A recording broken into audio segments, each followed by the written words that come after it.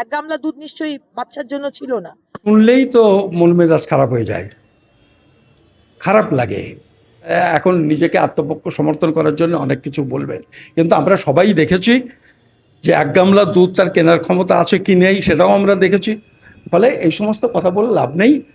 কিন্তু আপনাকে তো অধিকার দেননি যে কেউ ফুটপাতের মধ্যে দুধ গরম করবেন স্টোভ জ্বালিয়ে। একজন মানুষ ফুটপাতে থাকেন, ফুটপাতে কেউ ইচ্ছে করে থাকেন না, কোনো জায়গায় আশ্রয় নেই বলেই থাকেন। তিনি মন্ত্রী হয়েছেন, তার উচিত তার একটা অল্টারনেটিভ ব্যবস্থা করা, তারপরে তাকে সেখান থেকে উচ্ছেদ করা, কিন্তু তা না করে ওখান থেকে তুলে দিলেন। এবং যে ব্যবহারটা করলেন, তুলে দিতে গেলেও তো কথাবার্তা সবগুলোতে আসলে এইটা একটা পার্টি সংস্কৃতি থাকে। একটা পার্টির মধ্যে থেকে এক ধরনের ভাবনা, চিন্তা, চেতনা, শিষ্টাচার এগুলো তৈরি হয়। এইটা আমার তো ধারণা শুধু উনি নন, অনেকেরই। এমনকি মুখ্যমন্ত্রীর কথা যখন বলেন, দেখবেন এরকম করে কথা বলছে, তো এই যে তাকানোটাও আপনি দেখেছেন। তো এইগুলো তাদের পার্টিরই একটা কালচারের অংশ। উনি যা করেছেন এইটা সভ্য দুনিয়াতে মানুষ করে না, উনি করেছেন। বলছেন যে আমি হয়তো খুব চিৎকার করে কথাটা বলেছি, ওটা সামান্যভাবে বুঝিয়ে যদি বলতাম তাহলে হয়তো বিষয়টা এইভাবে ছড়াতো। কথা তো হলো তাই, আপনি শুধু বুঝিয়ে বললে হবে না, আপনাকে বুঝিয়ে বলতে হবে। আপনি একজন মন্ত্রী, ওই রকম একজন মানুষকে যদি সত্যিই মনে করেন তার একটা ছোট বাচ্চা আছে, তাহলে তার জন্য একটা অল্টারনেটিভ ব্যবস্থা করা যায়। কিছু যদি নাও করে, তার হাতে 2000 টাকা দিয়েও তো ধরা যায় যে মা তুমি অন্য একটা জায়গায় গিয়ে একভাবে একটু মাথা গুঁজে এই করো, এইটা এইভাবে করা যায় না, এটুকু তো করা যায়। আমি ধরে নিলাম অন্য কিছু যদি নাও করা যায়, কিন্তু এইভাবে তাও যদি না হয়, বলা যায় যে 2 দিন 3টে দিন 4টে দিনের মধ্যে তুমি একটা জায়গা দেখে আস্তে আস্তে চলে যাও। ফলে এটা যেটা করেছে, আমি এটা বলবো, এটা বিজেপির সংস্কৃতি, যা সে তাই করেছে, এটা নতুন কিছু নয়। বিরোধীরা বা যারা সমালোচনা করছেন তারা তো ওখানে গিয়ে এক গ্লাস দুধ নিয়ে দিয়ে আসতে পারতেন। না, মানুষ যে কিছু করে না তা না, এবং বিরোধীরাও কিছু করছে না। হ্যাঁ, বিরোধীরা কিছু করছে না একটা প্রশ্ন, আর সরকারের থেকে একটা জিনিস না করা, এটা দুটো তো এক হয় না। তো যাই হোক না কেন, আমি শুধু বিরোধীদের কথাও আমি বলবো যে গোটা রাজনৈতিক যে পরিবেশ পরিস্থিতি এবং রাজনৈতিক যে প্রোগ্রাম, তার মধ্যে এই সমস্ত ফুটপাতে যারা বসবাস করেন গরিব মানুষ, তাদের জন্য একটা স্কিম রাখাই দরকার। ফলে এইটা এমন নয় যে বিরোধীদেরও কোনো দায়িত্ব নেই। আজকে যারা বিরোধী, কালকে তারা সরকারে ছিল, তারাও করেনি। ফলে গভর্নমেন্টের এই লোকগুলো সম্পর্কে একটা পলিসি করে তাদের জন্য কিছু ব্যবস্থা করা দরকার। এই যেমন হকার উচ্ছেদ হচ্ছে, এই গভর্নমেন্টে সেই করেছে।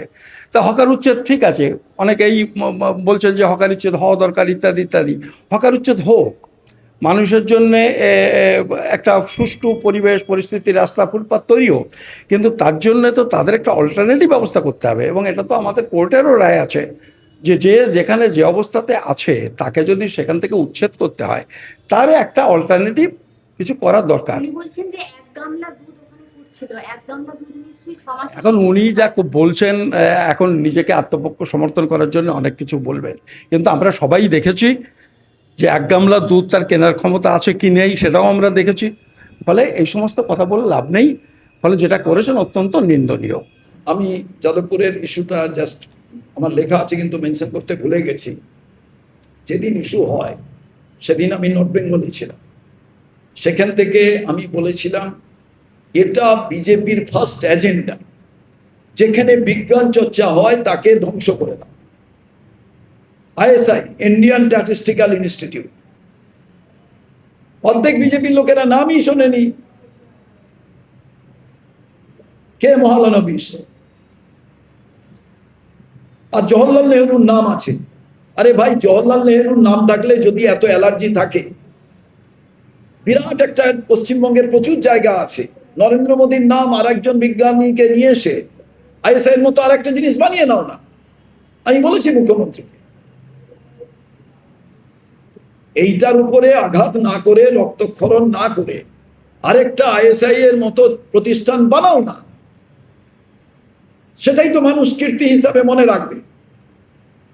জওহরলাল নেহরু পিসি মহালানবিশ, নরেন্দ্র মোদী আরেকজন কোন বিজ্ঞানী, তার নামে বানাও। কেন তুলে নিয়ে যেতে চাইছে? আসল পরিসংখ্যান যাতে দেশের মানুষ জানতে না পারে, দিল্লিতে নিয়ে গেলে, কুক্ষিগত করলে, ও সোসাইটিটাকে তুলে দিলে, পুরো করায়ত্ত করা, মনুবাদী ধারণা বিচারধারাকে ঢোকানো। ঠিক যাদবপুর, উৎকর্ষতা, মেধা সারা বিশ্বে যখন পাল্লা দিচ্ছে, ভারতবর্ষের নাম বিশ্বের দরবারে তুলে ধরছে, সেই উৎকর্ষতা, সেই মেধা, তাকে নষ্ট করে ভেতরে কীর্তন গাওয়া। কীর্তন গাও, কোন কীর্তন গাওয়া? প্রথম জীবনে এসে পাই করতো, এখন দালালি করে, একটা রিপোর্টারগিরি ছেড়ে মার্কেটে বেরিয়ে পড়েছে যে কীর্তন গাইলে ভালো হয়, বাইরের থেকে বলছে, কাল যাতে কোনো একটা বিধানসভা থেকে দাঁড়াতে পারে। কারাই নষ্ট করতে চাইছে? যাদবপুর তার কুলীনতাকে, যাদবপুরের ব্যাপ্তি, তাকে নষ্ট করে দেওয়ার এই কারণটা কি? কাদের পাঠাচ্ছেন? বিধায়ক হলেই গিয়ে ওখানে নাক গলাতে হবে? আমি রাজনীতি করি বলে সব জানি, এবার রাজনীতি করে বলে গিয়ে অপারেশন টেবিলে গিয়েও বলবে যে আমি রাজনীতি করি, আমি এমপি এতবার জিতেছি, তাহলে আমি অপারেশন করতে পারবো? গণতান্ত্রিক ব্যবস্থা।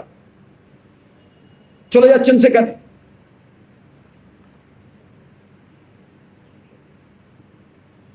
তাহলে তো আর পারদর্শিতার কোনো জায়গা থাকতো না। রাজ্যপাল চুপ করে বসে আছেন কেন? আচার্য, তার কাছ থেকে তো কোনো কথা শুনতে পাচ্ছি না। এইরকম ঘটনা যাদবপুরে হয়ে যাচ্ছে। আমাদের ছাত্র উইং, ছাত্র পরিষদ, তারা প্রতিবাদ করেছে। এবার প্রশ্ন হচ্ছে, কলেজ বিশ্ববিদ্যালয়গুলো রেগুলার স্টুডেন্টের জায়গা হিসেবেই ছেড়ে দেওয়া দরকার, যারা পড়াশুনো করে। তো যাদবপুরের ভেতরে আরএসএস কে ঢোকাতে চায়, মনুবাদী চিন্তাকে ঢোকাতে চায়, যা জেএনইউতে করেছে। আসল কথা, উৎকর্ষতা নষ্ট করতে চায়। মেঘলা দিনে আর র্যাডার দেখা যাবে না, অতএব যাদবপুরের ভেতরে গবেষণারও সেই দরকার নেই। এই দেশের যদি কর্ণধারদের এই মানসিকতা হয়, তার পরিণাম যা হওয়ার তাই হয়েছে, তাই হচ্ছে। লোকে দেখুক ডবল ইঞ্জিন সরকারের সুফল।